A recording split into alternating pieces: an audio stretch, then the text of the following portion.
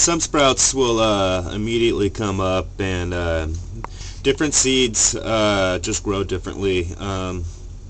These sprouts are poppies, and they usually are like 90% viable. I usually have no problem sprouting these. It's the exact opposite. They come up so abundantly that they eat they weed themselves out. And if you grow them even this close together, they're gonna take over the space in between each root, and they're not going to grow too well. They need to be weeded out a little bit. At the same time, these are so fragile that I don't even bother myself, but a more professional person, I'm sure, has ways that they grow these. But nevertheless, just wanted to show you how abundant some sprouts will just jump right up, and then other ones, you might get, a 1 out of 10, or very small percent of growth. And these particular sprouts here, the seeds are so microscopic once again that I don't even have an ability to separate them. So yeah. On another note, we were checking out cactuses the other day, and this is a fresh cut, and when touched, the surface immediately picks up resins and oils and bacterias, and immediately can start rotting from just that alone. And if you can see that white right there, that's a concentration of alkaloids and salts in the plant that accumulate to the surface when cut, like our blood or white blood cells, or a scab.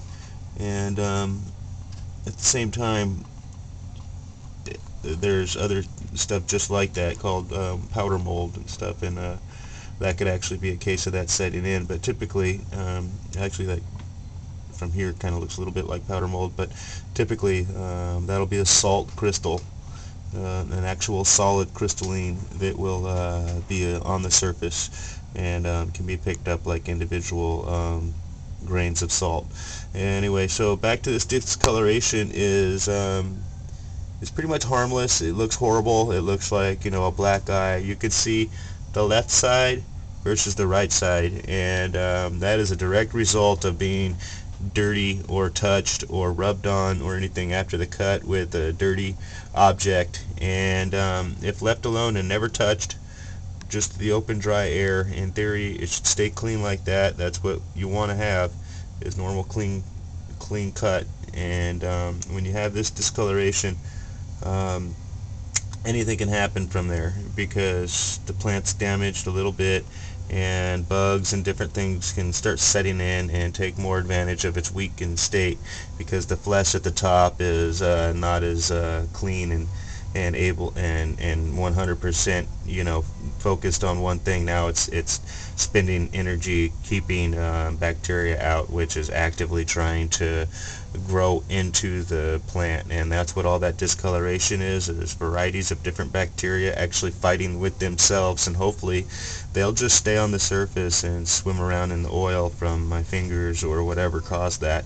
But that discoloration, as is, can be a direct result of just touching the plant one time when it's raw, or any surface, dirt, soil, outside, it would do that. So that's why cleaning, a clean cut, and with proper clean tools and sterilization is an obvious. You can see it's just an obvious